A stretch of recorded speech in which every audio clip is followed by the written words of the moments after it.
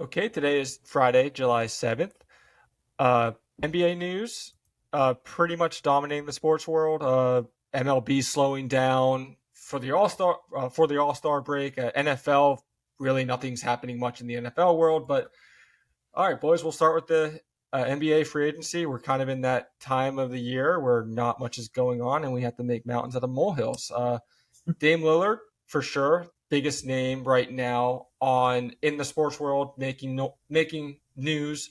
Came out, I think, Tuesday or Monday, like a day after free agency was announced. That he came out that he does officially want to trade Yeah, from Portland. Do you think there's any chance he can actually go to Miami, guys? Or yeah. I yeah, certainly think there's a chance. We're seeing now with more player control in NBA circles that pretty much whatever the player wants, the player is going to get. And I think it's probably going to be something similar here. I know Portland, they have a business to run and they got to get the best deal they possibly can. But if no other team is going to be willing to engage with Damian Lillard, because Damian Lillard's reps are apparently unwilling to engage with anybody else, eventually, what? You don't want an unhappy player still stuck on your roster. He knows where he wants to go. We've seen this movie play out over and over again in the NBA. Damian Lillard's going to end up as a member of the Miami Heat. It's just a matter of when at this point. I don't know who else would even step in and view him as a yeah. potential suitor. I guess the Sixers is the other reported option. I'm surprised he wouldn't want to go to Philly, but I guess if they're going to trade James Harden, then I understand that. But no, Dame is going to end up being a member of the Miami Heat. It's just a matter of when, not if. The problem is for Portland is that he's. I don't think Portland's going to be able to get what Dame is worth. That's going to be the problem. And I think Joe Cronin, general manager for Portland, he's going to end up coming down pretty bad on this because Yeah. there's no way he's going to Mm-hmm. be able to get what Damian Lillard's worth. I mean, I think right now it's kind of weird. I don't think there's any. I mean, the Suns made moves this offseason. Obviously, the Mavericks re-signed Kyrie, and I just don't really see any teams that are going to be going all in, or more importantly, have the money to be going all in right now. And then on the other side of things, there's a lot of teams that really don't have a whole lot to give Portland in order to make up for what Dame's worth. I mean, the best offer Miami can make right now, I think, is I read earlier 2 first-round picks, but they wouldn't be until 2028 and 2030. They would, have first-round pick swaps for the next upcoming years, which I mean might only be moving up 2 or 3 spaces. That wouldn't be a whole lot. They can offer them Nikola Jovic, Jamie Jacquez. They're obviously they're Hero, and they're not interested in Hero. They've come out and mhm. said that. Really. I mean, it's just not a whole lot Miami can offer, and I feel bad for Portland fans ultimately because at the end of the day, like I said, they're not going to really get what Dame Lillard's worth and out of his contract. I think it's what like 4 years, 167 million. Roughly. I think, though, Portland should do right by Dame. I think he's been loyal enough to them over the years. Everybody's gone in free agency or requested a trade. Dame has given Portland plenty of time to build a competitive roster around him, and I think if you're treating a guy who's maybe the greatest player in franchise history, it's him, Clyde Drexler, Bill Walton. But players around the league are going to notice if Portland does not trade Damian Lillard where he wants to go and does not do right by him. So I think the Blazers, technically, they don't owe him anything, but they should treat Yeah. Damian Lillard and give him exactly pretty much what he wants because he's given everything to that organization.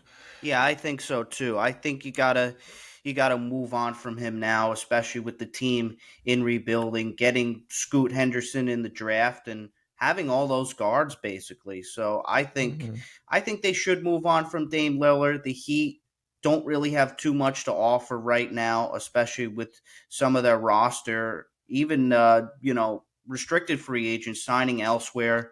But yeah, that's pretty much all they can give up Yeah. is first round picks, maybe a couple bench players here and there. But that's why the trade is not going on. But it's also weird when you're hearing so many reports come out. The player's unhappy. The player wants to go to Miami. It's just a lot of Yeah. conflicting reports. What is the timeline do you guys think for this? I personally think it's going to be a lot like Durant last year, where it's not going to happen before the season Yeah, starts, and it's going to happen sometime like a month or two into the season once teams start to get desperate.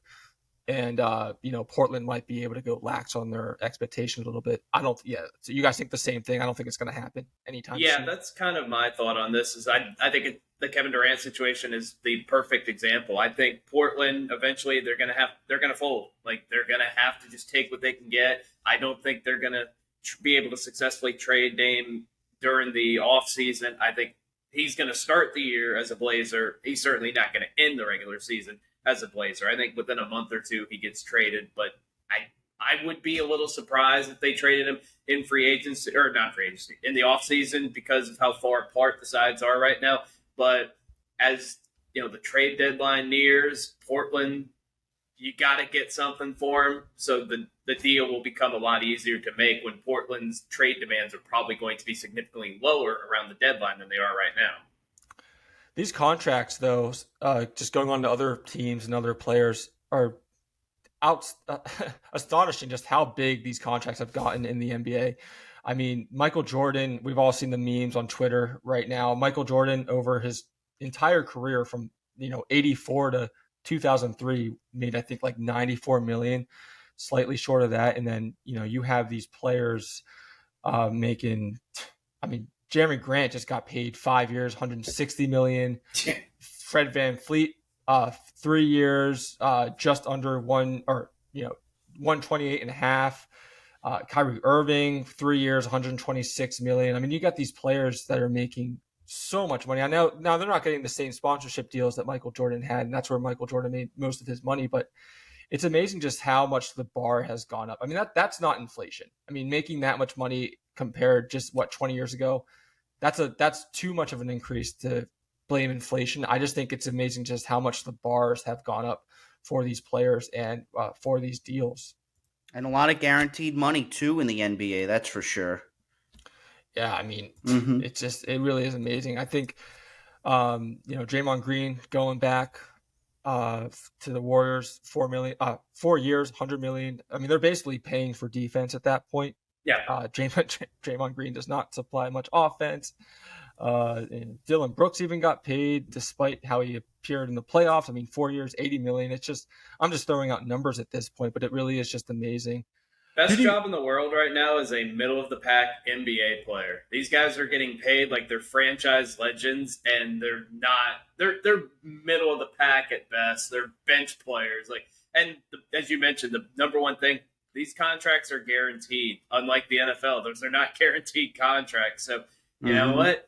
Dylan Brooks, everybody made the joke to get ready to learn Chinese, buddy. Well, apparently he doesn't have to learn Chinese because he's still getting $20 million a year. And after all the jokes and all the memes, he's still in a pretty good financial position. And so, yeah, if you could get a job in the NBA, that might be the best job in all of sports if you're an athlete. You built your kids, you grow them up to be NBA players. I mean, I'll take even a bench player as hundreds of thousands of dollars. Oh, I mean, absolutely. Best job in the world. You don't have any pressure on you to succeed every single day. If you show up and have a big game, then you're the hero, and you're getting paid $20 million a year. Exactly. You have no expectations on you. Exactly. I mean, you get paid, even like I said, the 12th man on the roster still gets paid hundreds of thousands. So you basically get paid more Millions. than 90, more than 99% of Americans. You still get paid higher salary just to be in shape. That's a better job than being Chase Daniel, the career backup who's made like $50 million and started 4 games, I think. Yeah. I mean, it's crazy though. I mean, the salary cap has become pretty much, I mean, the whole strategy of trying to save up salary cap, it's interesting. I think is showing that it's being pretty ineffective. 8 teams entered the offseason with real cap space this summer. I mean, Pistons used their cap space to take Joe Harris and Monte Morris. That was salary dumps. Thunder used their cap space to take on Davis Bertans' big contract. Orlando did nothing but overpay Joe Ingles this offseason. Jazz used up their space to salary dump again on John Collins. It's kind of interesting. I think a lot. I mean, the CBA, the collective bargaining agreement, that is coming in through with the NBA and the Players Association. That might change this, but for now, it really does seem the strategy of saving up these big cap spaces is kind of being outdated. All it really is turning into is just teams severely outpaying these players. And, I just want to hear your guys' thoughts on this. I mean, is it kind of the days of just cap space saving is kind of over because we're seeing that teams really aren't doing much with it. Yep.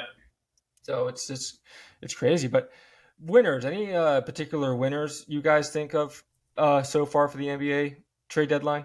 Yeah, I think right now the team I'm looking at, they didn't make a splashy move necessarily, but I think the Lakers keeping Rai Hachimura, getting Gabe Vincent from Miami, keeping Austin Reeves, and that was the big free agency move everybody was wondering about with the Lakers.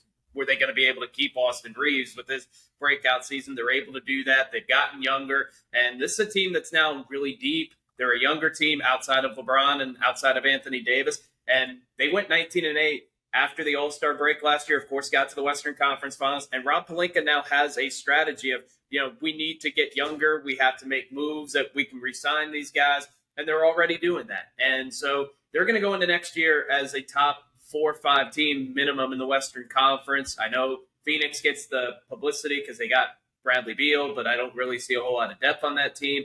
Outside of Denver, I don't really feel that confident saying this team is definitively better than the Lakers going into next year, provided we continue to get the same version of LeBron that we've gotten for the last even 3 or 4 years, much less his old 20-year career. So I think the Lakers really did a great job of getting their guys back, which I think a lot of people anticipated that they were not going to be able to do.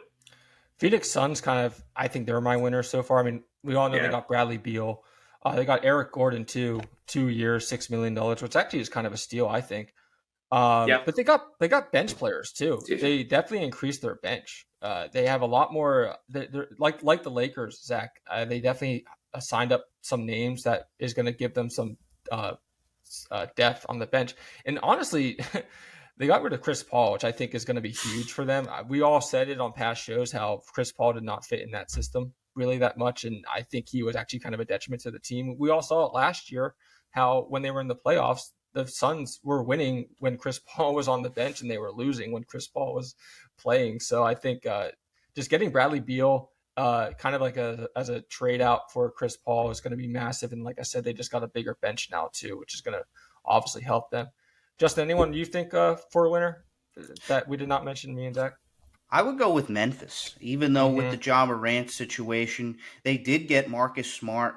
They did bring back Dylan Brooks, I believe. And, Memphis is definitely an underrated team, even though with the Ja Morant situation, they got some depth.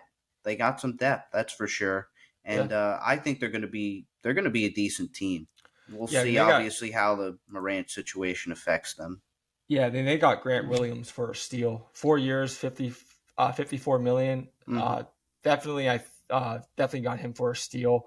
So he's going to make a big contribution. And then obviously getting Kyrie back was massive. We all know how temperamental he can be every single year. And being able to get him, they're going to be an exciting team to watch next year as well. Any losers you guys have so far this free agency? I know it's kind of early on, but any losers you guys have so far? Yeah, I'm going to go with the Raptors, and not necessarily because they lost Fred VanVleet, but now you have to look toward the future. Now you don't have Fred VanVleet, who had a great NBA Finals a few years ago. It's been a steady presence on their roster, but now you have to look toward the future with Pascal Siakam and OG Anunoby. Those guys, are they going to be able to re-sign them? And if they don't, and they try to trade them, they won't have nearly the trade value that they had a year ago because the Raptors really didn't do a whole lot last season. They've been kind of a struggling franchise, and I think it's about time for a rebuild. They've had some of the remnants of the 2019 championship team, and they've still been competitive. But last year they kind of fell off, and now it just seems like it's time to blow it up, time to start all over again. I think the Raptors are kind of a loser right now.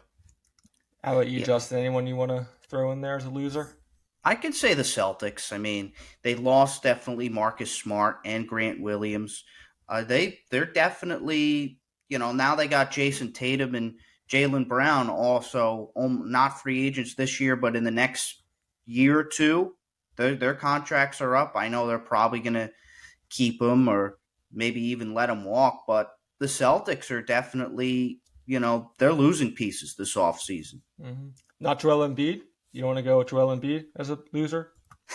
Still can't find that co-host to run it. I mean, Ben Simmons was a bust. They virtually ran out of town Markelle Fultz. That was a while back. I mean, they ran out of town Jimmy Butler. James Harden wants out now. So I feel bad for Joel Embiid, to be completely honest. He's on a team, obviously. He's a player, but just can't find that co-host to run things with. Always they always think they found the guy, the Sixers, and then they end up underperforming or being divas or just one out or all of the above, really. And Joel Embiid in his prime, obviously. I mean, that's obvious. Just won MVP last season.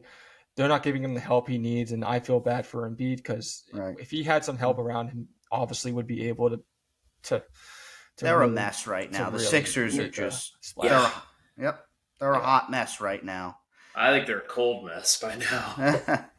Yeah, but maybe the Nuggets, they kind of lost a little bit because Bruce Brown's no longer there and Jeff Green's no longer there, so their depth isn't quite the same. But I mean, as long as you've got that core, you're probably still going into next year as the favorite in the Western Conference. And I guess a team I don't really classify them as a winner or loser, but kind of a meh.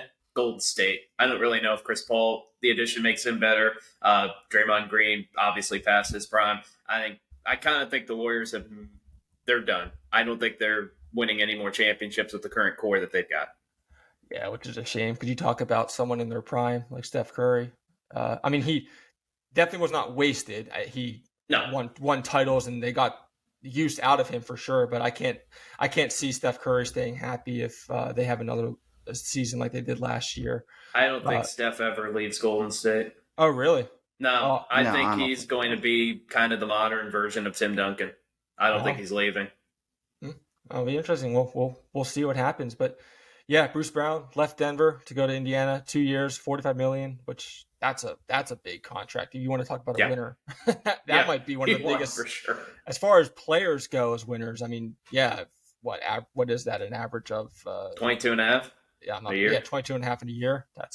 You talk about winners. Good job if you can get it. Yeah, like we said, if only my next life. Yeah. New week's resolutions. Justin, what's your new week? Who or what is your new week's resolution this week? Well, my new week's resolution will go to the Walt Disney Company. They really need to start breaking things up over there with ESPN, ABC, obviously with Marvel Entertainment. They just own so much entertainment. They need to start breaking things up, especially at ESPN with the layoffs with Neil Everett, Susie Colbert, Steve Young, and many other big personalities on ESPN, even on ESPN Radio. They really need to start giving these companies back their independence. I know the money talks, Disney, one of the biggest, probably the biggest company in the United States right now, but I think ESPN really needs a rebrand, starting at the top and, of course, with their personalities. Obviously, would be great to rehire these people, but I just don't think they're probably going to go back. But right. We'll see what happens. I'm going to go with I had to kind of dig for mine, but I'm going to go with two this week. One, going off of the NBA free agency so far, Villanova Wildcats. That's my new week's resolution, one of them. They are having a big reunion. DiVincenzo joins Jalen Brunson and Josh Hart next year on the Knicks. So that's basically a Villanova reunion next year for the Knicks. That's going to be kind of fun to watch. I just thought that was kind of interesting to mention. My other new week's resolution is Wimbledon. Specifically, Wimbledon taking an hour longer than it should have on a weather delay. Definitely had the fish a little bit this week. Not much going on in the sports world, but on Monday's match, Novak Djokovic had a weather delay that lasted basically an hour longer than it should have happened. There was a light rain coming down. They were on center court, so they had that retractable roof.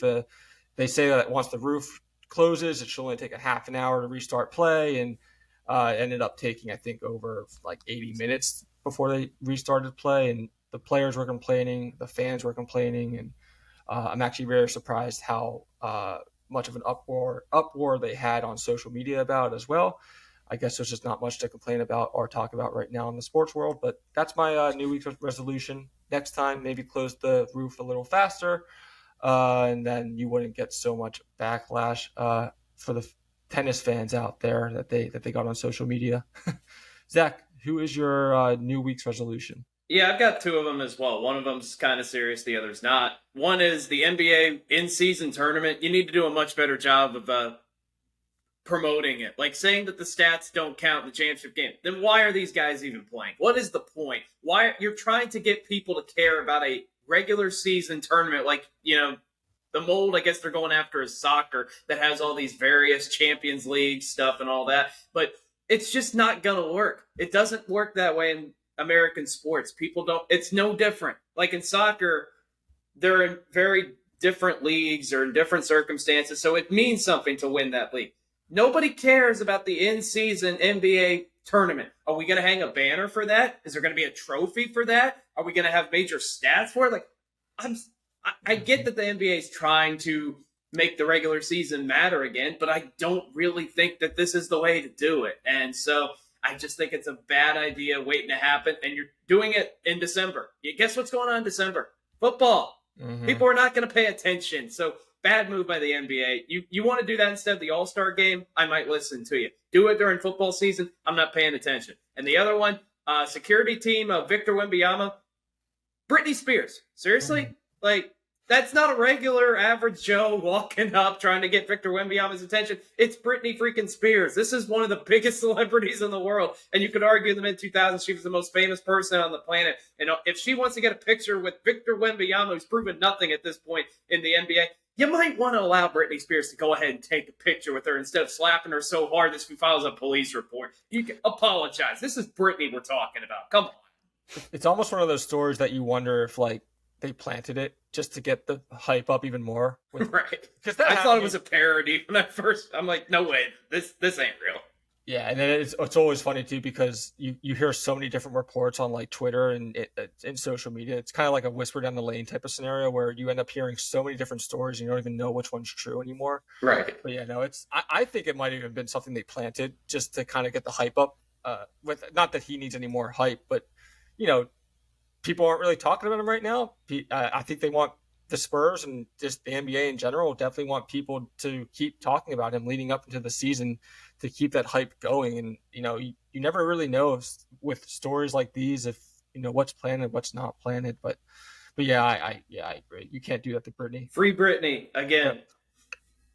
Okay. So we're going to go to a interview with USA Today columnist, Bob Nightengale. Great mid-season MLB review. What to look out for next half of the season, and even kind of we touch base with the All-Star game coming up as well.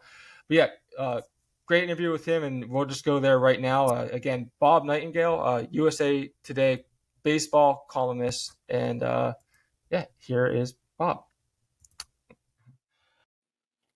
Okay, we now welcome on Bob Nightengale, baseball columnist for USA Today. Bob, how you doing? We have had you on, I think, way back in March, I think, to talk about the World Baseball Classic. It's been a long time. How you been? Yeah, good.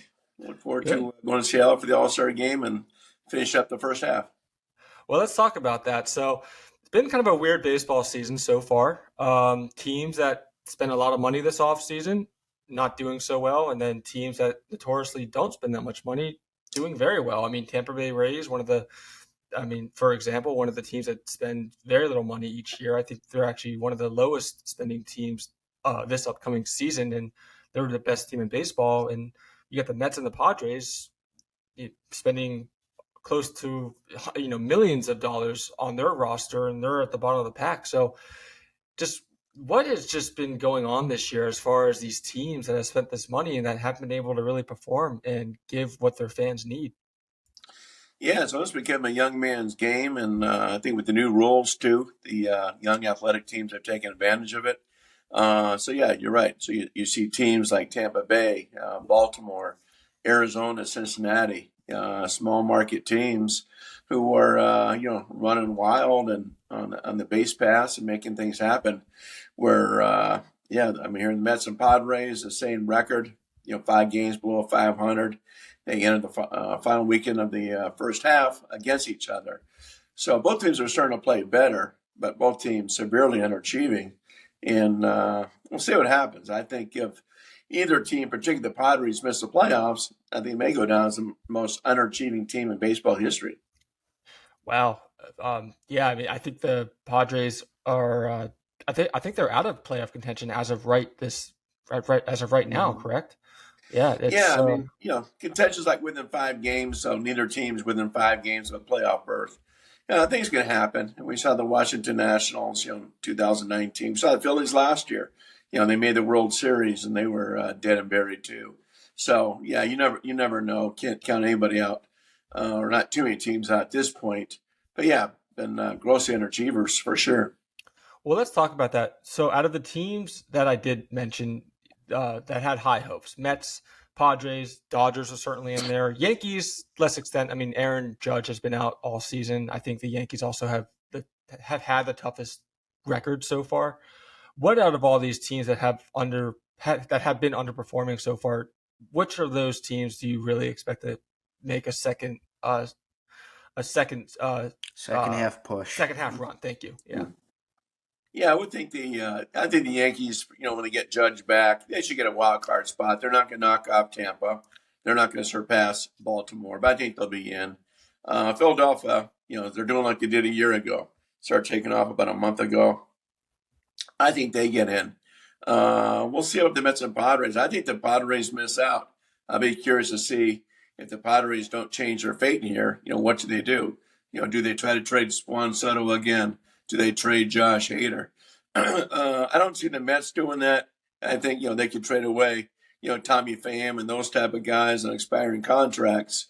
But very curious to see what happens to Padres if nothing changes here in the next 3 weeks. You mentioned young teams and then young teams making a resurgence in the MLB. Let's talk about the Arizona Diamondbacks. Lost 110 games back in 2021, only 2 years ago, and now they're atop the NL West, excuse me. Are they the most exciting team, or would you actually put that more on the Reds? I mean, who in your opinion has really been just the most exciting team to really watch this year? I've been the Reds the last month for sure. Ever since Ellie De La Cruz got there, I think they're 21-5, and but overall, I'd probably put the Diamondbacks right there as exciting. Maybe behind Baltimore because Baltimore even has more young kids than Arizona does. Marlins have been very exciting too, but yeah, certainly Diamondbacks are in that conversation, particularly with that outfield, and they can chase down any ball. Great speed, and Corbin Carroll, by rookie of the year, no matter what he does the second half. Yeah, definitely. I think they've been a very fun team to watch. I actually was just in Lexington for a little bit, living there for a little bit, and had a lot of hype with the Reds. People are very excited out there to see them and what they've been able to do. We've actually just had last week, we had on Bill Dennison talking about the Reds and just how he's really ignited the city of Cincinnati, and how Cincinnati is definitely a sports town to be looking out for these days with the Bengals, how they've been playing the last 4 or 5 years with Joe Burrow. Now the Reds have joined the mix as well. Cardinals, St. Louis Cardinals, obviously made the wild card last year. Had a horrible start to the season, 10-24. Could they have a losing season this year? I mean, it would be the first time since 2007. They just did not seem to really come back from that horrible start they had when they went 10-24. And do you see them having a losing season? And if so, I mean, what does this team have to do to kind of bounce back to get back to their winning ways? Yeah, I think they're going to have the worst season since at least 1999, if not even before that. So I do expect them to have a losing season. Just buried themselves too big of a hole. They played okay ball since the bad start, but they don't have the pitching. I think they're counting on Adam Wainwright to bounce back or be the same guy as a year ago. That hasn't happened. Expected Jack Flaherty to be the starter he was a few years ago. That hasn't happened. The bullpen's been a mess. So, even though it's a very weak division, I don't see them, being fighting back and getting this thing. I just think they're too short. Be curious to see what they're doing at the deadline with the Jordan Montgomery, with the Jordan Hicks, their closer, those type of guys. Not Goldschmidt or Renato, but I think they kind of retool for next year. I hate to ask you all these general questions, but I mean, we kind of already touched on it, but who has really just been one of the most surprising teams to you this year? Not not exciting, not disappointing, but just overall just surprising. And that could be good or bad. Well, I think, definitely surprising is Cincinnati Reds. I can't remember the last time I've seen a team lose 100 games one year, stink the first, 2 months, and then just turn it on like they have. So they got to be number one in surprises. Certainly what the Diamondbacks are doing, you thought, okay, be competitive. I thought they're 1 year away, that the pitching would hold them down. They've been struggling of late, but still sitting in first place, barely in the National League West. Got through the Miami Marlins in that picture. I thought the Orioles would make it, nice, another improvement, but not being this good.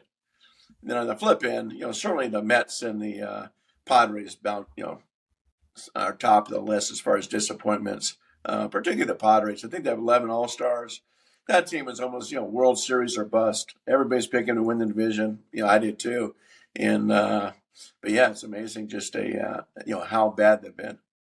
How surprised are you with the AL Central? How weak that division has been? I mean, it was weak last year, except for Cleveland finally took off, kind of second half and down the stretch ran away with it. So yeah, I mean, really, it's just a 2-team race now with the Minnesota and Cleveland. I still like the Guardians. They've been mildly disappointing. The pitching's been solid. The offense has been a mess. I still expect them to come on and make the playoffs and win the division. I mean, the Twins have got great starting pitching, but Cleveland's got pitching everywhere, and they just need another bat. Are you surprised by Minnesota's record? Currently 45-43, just over 500. I mean, they have arguably one of the best pitching they have the best pitching roster, arguably, in all of baseball. That's both starting and really the bullpen. So are you kind of surprised by the record they have, especially being in such a weak division? I thought they'd be right around, 85, 88 win teams. That's about right. I am surprised, that Carlos Correa, has not played well. Buxton hasn't done anything. The Lewis has got hurt again. So I'm surprised by that, particularly Correa. I mean, he was going to get $350 million from the Giants, $315 million for the Mets. So luckily for them, that didn't happen. We'll see what happens in the second half. But yeah, they should take advantage of that pitching for sure, because that doesn't stay around too long.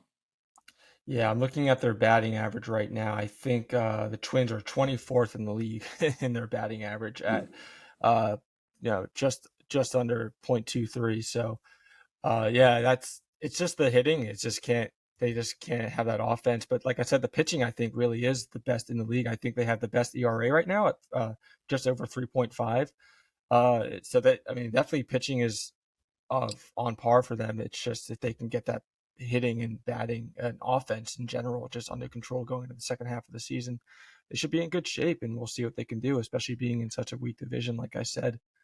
What and I know you kind of already alluded to it with the potentially the Padres and then the Phillies as well. Is there any particular team that you would not be surprised if they had a really, really good second half? I would have said the Cardinals like maybe a week ago, 10 days ago, but I just think they're too deep of a hole, and they lose so many games in Miami that they should have won. So, right now I think the Yankees will have a strong second half. I think, now you can get, Rondon back. You can get Judge back here pretty soon. So, the one team interesting to watch for Seattle Mariners. Terrible first half. They finally ended their playoff drought last year. They have a great starting rotation. I wouldn't be surprised to see them step up, their game and make a playoff push. Yeah, currently 4 games back from the from a wild card spot. My Seattle Mariners, definitely a team to look out for. I think last year they were also kind of a team that bounced back in the second half of the season, right? If I'm not mistaken, I think last year they also started the season off pretty slow, and then were able to get things together going in the second half of the season. Yeah, they made a big push down the stretch where they were actually fighting for the division title for a while. But yeah, they did the same thing last year. But yeah, this team should be better than it's playing for sure.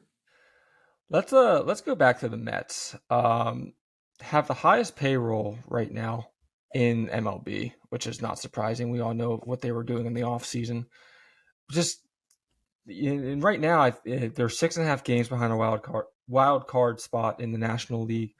What's going to happen in New York if this team doesn't even make the playoffs? I mean, just the amount of money they spent this offseason and the expectations they had going into this season.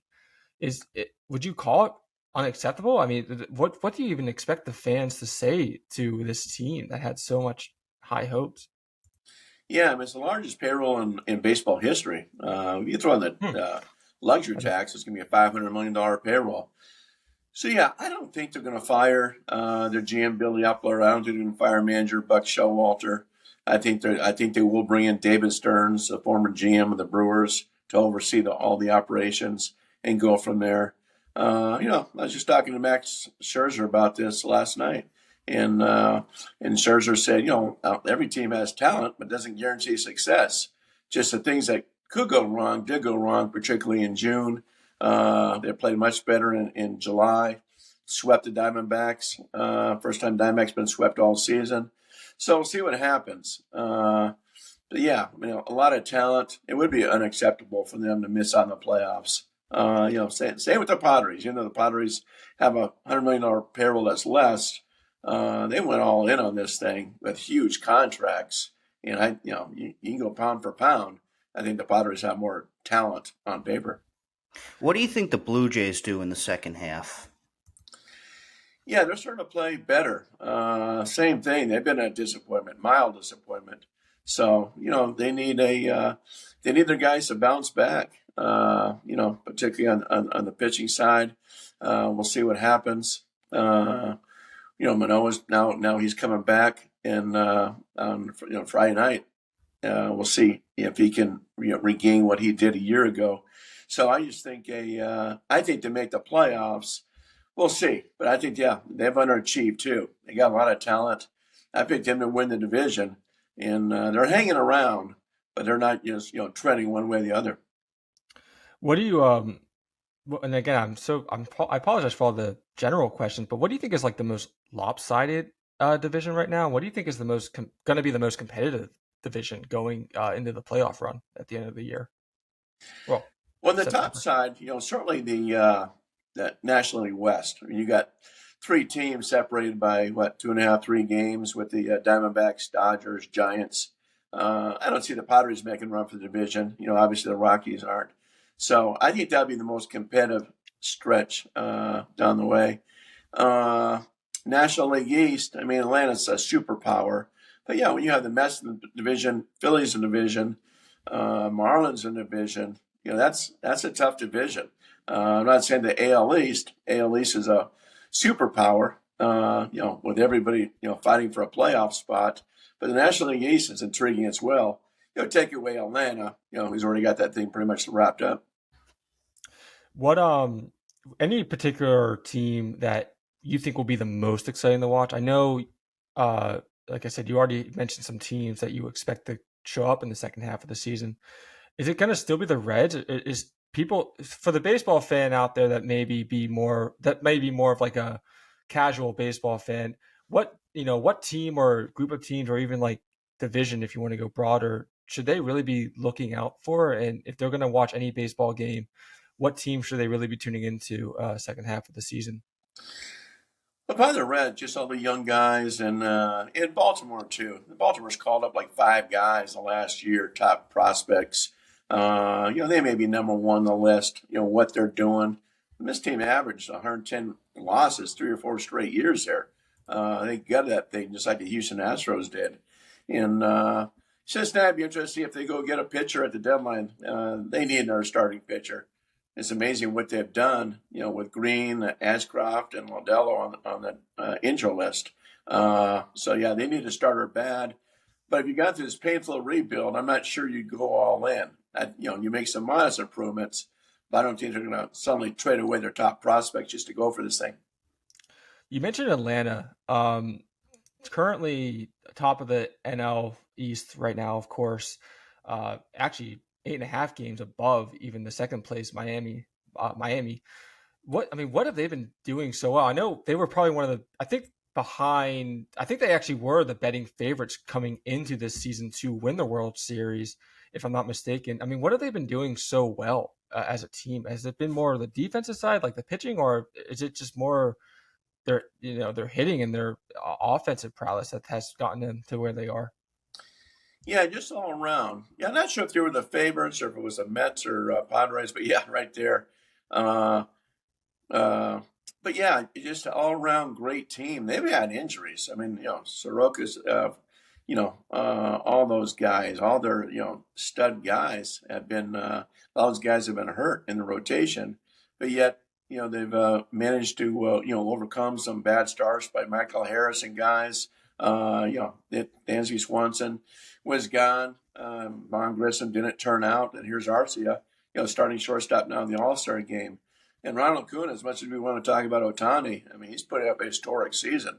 I mean, he's got a chance to go, 40 home runs, 80 stolen bases, which is unheard of. Obviously, nobody's ever done that in baseball history.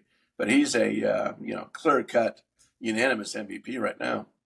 Is there any franchise more cursed than the Angels? I mean, they were playing well all year, and then Mike Trout gets hurt. Shohei Ohtani's still putting up big numbers, but the meme seems to come to life where they both have career games. The Angels still lose. I mean, what's going on with this franchise? Is there any scenario in which they would trade Ohtani? Because that's been discussed a little bit. Because is there any chance he actually comes back next year?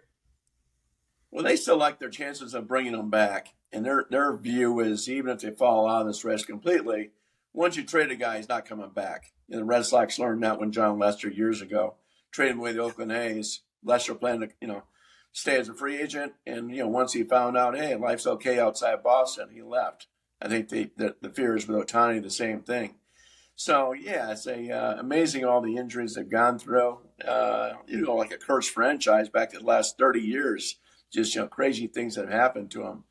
But it's too bad. Yeah, Trout was having a, typical solid season.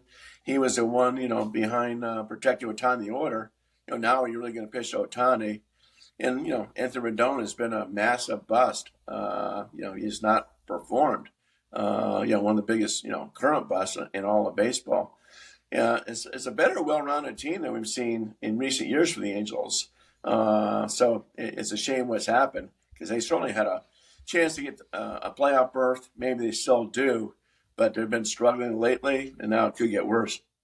Who's the dark horse moving forward? Like, is there somebody that we're maybe not talking about right now that you wouldn't be surprised if they're making a big run in October? Because, I mean, we saw last year the NLCS, the Phillies and the Padres are both sub-90 win teams, and the Phillies ended up going to the World Series. Nobody would have seen that coming. Is there somebody like that stands out this year?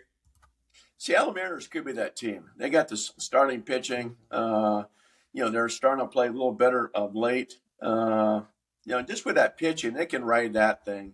Julio Rodriguez, if he starts to play like he did last year, Kelnick, great start, slowed down the last month or so. But yeah, they got a chance to, sneak into the playoffs. And they do with that rotation. They can scare anybody to death. So I like them. We'll see what happens with the Blue Jays, with Manoah coming back. So, but I like Seattle. I think he's got the chance to surprise people. Yeah, they made a run last year in the playoffs, and hopefully they can do it again. I think a lot of people would like to see the Mariners make a run. I think they're currently 6.5 games back from the division. But if I'm looking right now in the wild card race, I'm not sure where they are in the wild card race. I'm trying to find them. 12 about games. the same. Yeah. Oh, about the same. Yeah. Okay. Yeah. Bob, what any particular storylines that you think people should be paying attention to the second half of the season, MLB? It's fun to see guys like a Corbin Carroll for the Diamondbacks, and we talk about the Diamondbacks, but here's a Seattle kid, grew up 30 minutes walk from the the ballpark, and now he got a chance. I don't know. I got to make some calls to see last time a homegrown kid play his first All-Star game in his home city. So he's a fun guy to watch. Be a fun storyline. I think just at the trade deadline, what happens? Like we mentioned, do the Padres give up? If they have a poor 3 weeks after the All-Star break, trade Soto, trade Josh Hader. What do the Cincinnati Reds, make a big move to do that? The Cubs are kind of on the fence. Do they give up or go for a playoff berth? And the Dodgers. Dodgers have hit by so many injuries, but they got more prospects than anybody. Do they trade some of those prospects and still try to go for this thing and make the playoffs? Obviously, you make the playoffs. I think it helps your chances of getting Ohtani as well. Ohtani wants to play for a contender. He may look at the Dodgers and say, wait a minute, maybe I'll just stay with the Angels because the Dodgers didn't make the playoffs either. Do you think we're going to continue to see the rise of the popularity as far as maybe the All-Star game ratings moving up or the postseason going up because of the pitch clock, because of all the newfound momentum that baseball's had this year? It's kind of resonating with a younger crowd in the way that it hasn't for quite a while. Like, we've seen the All-Star game ratings the last couple of years. They're not that great. Postseason ratings are typically pretty good, but do you think that momentum can continue? I'm not sure about the All-Star game just because we're, now without Shohei Ohtani starting, so you don't have that lead up into it. Right. No Aaron Judge, no Mike Trout. Those are big blows. I'm not sure about the All-Star ratings, but I would think, the postseason, the fact you have, best of three now, 6 teams from each league going in. So the ratings have been up in baseball. Certainly attendance has been up. So, I would expect that to rise for sure. We'll see about the All-Star game. They need something dramatic to happen in the first couple innings for people to tune in. Well, it's better than what they had years ago when they were determining the home field advantage for the World Series based on the All-Star game. What a mess that was. Yeah, I don't know why they couldn't have done this years ago. They kept saying they had to have a schedule out, postseason schedule out by July, as far as, who has a home field advantage in the World Series. And now it's going like it should be. Whoever has the best record. Yeah. Bob, this has been really fun. I love talking with you, giving us so much great baseball insight. Who do you have, making a run in the playoffs to win it all? Who do you have as your World Series prediction right now as it stands? I've made a mistake before by going off what I picked originally. And so I've had pretty good success the last 3-4 years, luckily. I went on a little bit of a dark horse this year. I went to Cleveland Guardians because they were so young, exciting last year. I said, you know what? Another year of maturity. And they almost got Sean Murphy. They thought they had him. He would have made a big difference. So I'm going to stick with the Guardians. I mean, obviously on paper, you would say Atlanta. And I will say a month ago, I did make hotel reservations early for Atlanta, Tampa Bay World Series. So that's certainly possible too. So you think in Atlanta and then Cleveland? That's the World Series? Yeah, I mean, Tampa's good, very, very good. I mean, if you said, okay, here's $1 million you can pick right now. Yeah, if I go Atlanta, Tampa, I think Tampa is a great team. Atlanta's a powerful, powerful team. So I like those teams right now, just on paper. But like I said, pick Cleveland from the beginning, so might as well stick with them. I think my original pick in spring training was Cleveland and Philadelphia. That's interesting, though. I mean, I don't think many people would pick Cleveland as a AL pennant, even contender to even make it that far in the playoffs. But you think they actually have a chance to kind of make a run in the AL side of things? Yeah, I mean, they should have beat the Yankees last year in the postseason. But yeah, a great young team, great pitching, great manager, Hall of Fame manager in Francona. So I still think they win the division. And you get in the playoffs, who knows what happens? I mean, we saw that with the Washington Nationals in 19. We certainly saw it, like you said, with the Phillies last year. So just get in with the best of 3 format. It's a little easier, too. You can cough up one game and still get there. Seattle had a chance last year. I think if Seattle got past Houston, I think Seattle could have been in the World Series last year. All right, Bob, my last question. I forgot to ask you this. In general, how have you liked these rule changes so far? Are you mirroring the public sentiment as pretty much positive? I mean, overall, pretty positive. I mean, the bigger bases, the pitch clock being shorter, obviously the infield shifting. How have you liked these rule changes so far? Yeah, the pitch clock's made by far the biggest difference. I don't think the bigger bases have. The shifts really haven't either. I mean, it's not like lefties. It's not like Joey Gallo was hitting 300 all of a sudden and that sort of thing. Because people are still shifting, but just not as exaggerated. But the pitch clock, just with the speed and athleticism. I mean, it's fun now to see guys stealing second base, stealing third base. These young teams, these young athletic teams and cheap payrolls, they're lighting it up just because they're taking off at every opportunity. So that's the fun part, is just seeing the stolen bases back in action, and teams taking advantage of that. And the pace is faster. A lot of times I don't realize the game is that quick until it's the ninth inning. Like, oh my God, it's only 2 hours 2:10. I certainly didn't realize just how slow the game was going. 3 hours, you got used to it. Now sometimes you go, man, the game's already over. It's not even 2 hours. Are you we even had a 4-hour game this year? We used to have those all the time. That was your typical Red Sox-Yankee game. Yeah, no, I don't think we've had a 4-hour game, including extra innings. I think that's crazy. Like 8% of the games have even been 3 hours. It is crazy. I think that's why teams like the Houston Astros are saying, you know what, we'll have beer sales the entire game. We're not cutting it off in the seventh inning. Are you surprised? My last question. Are you surprised that it's gone so smoothly, just real fast, just the pitch clock in general? I thought it wasn't going to be as smooth as it was, the transition. Personally, I thought players and coaches were going to be really complaining about it. But are you surprised that the players themselves and the managers have caught on so fast to it? I am. The older pitchers are adapting to it, trying to get adjusted. So yeah, I remember talking to Tony Clark and the union people, and they had a real fear what was going to happen. But yeah, it's gone very smooth. You don't want to see a playoff game or a World Series decided by some violation or a big at bat. The only thing I fear in the postseason is, it's a big dramatic moment. You don't want the guy to feel rushed. You kind of want to have that drama soak in there. That's my only fear. I wouldn't mind to see do you expect any leeway? Do you expect any leeway in the playoffs? Like the Trout Ohtani thing in the WBC. Let that moment soak in, where you wouldn't have that in the playoffs. Well, Bob, it's been awesome. We really appreciate your time. Definitely we'll have you on again. I love talking some baseball with you and bringing your insight. All right, my pleasure. Thank you, guys.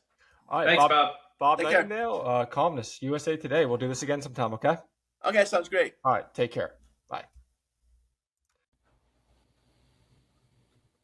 All right, let's finish up the show with our intakes and outtakes of the week. For my intake, I'm going to get us started here. I'm going to go all the people that were saying Ricky Fowler is back after his performance at the U.S. Open. A lot of people saying they had to see more before they deemed Ricky Fowler back. But I was with the people that said he was back after his performance a couple weeks ago at the U.S. Open. Pretty much solidified his role. Solidified his spot in the Ryder Cup coming up in September. Not there yet, but a win at the Open Championships in a couple weeks at Liverpool is definitely going to solidify his standing at the Ryder Cup. Last time the tournament was played at Liverpool, he tied for second behind Rory McIlroy. Like I said, winning in a couple weeks overseas is definitely going to solidify his time at the Ryder Cup.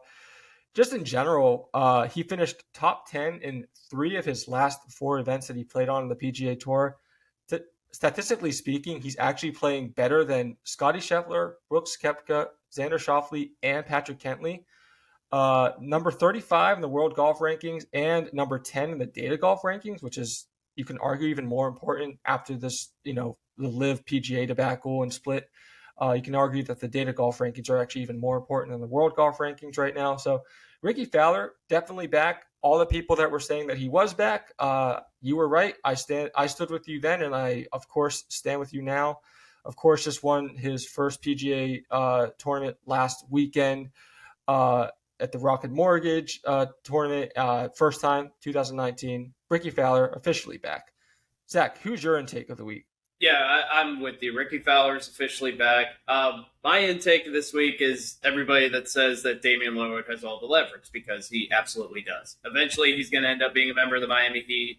People are trying to act like, the owners have control. No, they don't. The owners have no control whatsoever anymore. The GMs don't have any control. It's a players' league. Let's just call it what it is. The players, they're going to get what they want. The NBA, it's never been more true. But I guess my outtake would also be, anytime Stephen A. Smith tries to talk about baseball, it's like trying to hear him talk about hockey too. He has somebody at ESPN told him, "Oh yeah, now you have to care about that." Come on. We all know. Right. You watch all the debate shows. Nobody's arguing anything about baseball. Nobody's arguing anything about hockey. It's the same 5 recycled topics over and over and over again. So, I know Stephen A. said nobody cares about the Angels, which he's probably right in that regard, which is a shame because when you have Mike Trout and Shohei Ohtani, you should have some people care. But does anybody really want to hear that from Stephen A. Smith? Not really. Another reason why ESPN should start breaking things up. That's right. Breakups, give Stephen A. More refined roles. You don't have to put him on everything. That just makes him look bad. I don't blame Stephen A. for taking everything because you're paying a guy obscene amount of money, like $50 million a year. Of course, you're going to put him on everything. But Stephen A. has certain things he knows a lot more about than he doesn't, and that's everybody. But especially the Knicks. But we're not getting paid $50 million a year either. Right. I was running at the gym the other day, and I saw him on Fox News giving his take on, I guess, the Supreme Court rulings, financial or the student loan forgiveness, or what they decided on that regard. So I almost picked that as an outtake, but we don't talk politics. Anybody who has strong opinions on that, I don't buy it. Just going back to Stephen A. Smith, though, I don't know when he sleeps. I mean, he has a radio show now too. I think it's a podcast that is 3 times a week. I think it's Monday, Wednesday, and Friday. Unaffiliated with the ESPN. Yeah. Yeah. I just premiering on Fox News. I don't know when he sleeps. I mean, you think he would take a break when football season's over, and then especially when basketball season's over. But nope, basketball season ends. Have to start a podcast 3 times a week, and then appearing on Fox News as well. Say what you want about Stephen A. He's one of the hardest working men on TV. Can't take that from him. Deserves his money. Sure. My outtake of the week. I'm gonna continue on with Damian Lillard. Talk of the show. Me. That's my outtake of the week. Is me. I said last week he was not gonna request a trade from Portland. And I think that show was Friday last week, and then early Monday he ended up requesting that trade. So, only a weekend, a couple days for that take to be wrong, and I was very wrong. I thought for sure that Damian Lillard would not want to leave Portland, but no, I was wrong, and he definitely wants out, and he definitely will get out, and it's just a matter of how long it's going to take for that to happen. Okay, well. Good show, boys. Thank you, everyone, for listening. We'll do this all again next week. Until then, keep on traveling. Is there any predictions, actually, that any of you guys want to run by real fast? Any predictions for the week? Golf coming up. I think we'll have a show before the All-Star game, I'm pretty sure. But anything you guys want to throw in as something you think of might happening in the sports world coming up this week? Well, for me, the Phillies, I think, are going to continue their road winning streak. That's something to look out for with the Phillies. And they've been winning, I believe, 12 straight games on the road. That's like their 3rd highest franchise record. So if they sweep the Marlins, that's like 15 games, 15 straight wins on the road for the Phillies. Wow. Okay. Yeah. I think we're going to have a show before this happens. I should probably know that, but Novak Djokovic is going to win Wimbledon.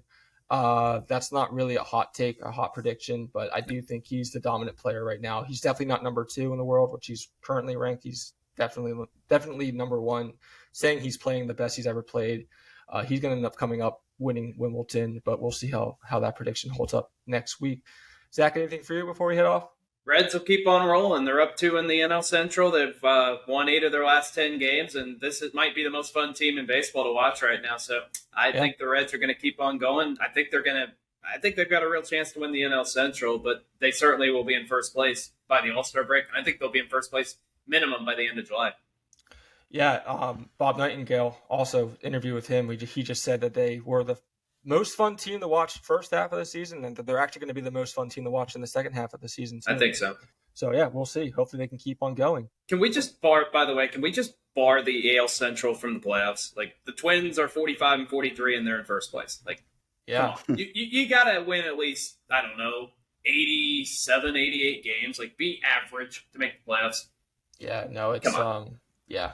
Should get the one team that's out of the playoff picture in the AL to replace their spot, basically. Right. Like, let's say the team behind the last wild card should replace that spot. But we can say that in the NFL too, with a weak division, and it's pretty much the same thing in baseball as well. Right. Yeah, well, it'll be cool if Yeah. baseball is never going to do this just because they don't really make changes that much. But it would be cool if they would do the same thing basketball does and just do the best teams in each conference, NL and AL, and not really break it up by division. But again, it took how long just to make the pitch clock change? They're not going to make any major changes like that in our lifetime. That's that's for sure. Bold prediction: the Oakland A's are going to be the best team in baseball. They're going to win out, and they're going to make the playoffs. Yeah, right. Yay. Only 23 and a half games out of the wild card. I would even take them not being the worst team in the Yeah, league. they're only a half game behind the Royals. Give them some momentum going into to Vegas. Sure. All right, boys. Well, good show. We'll do this all again next week. But until then, keep on traveling.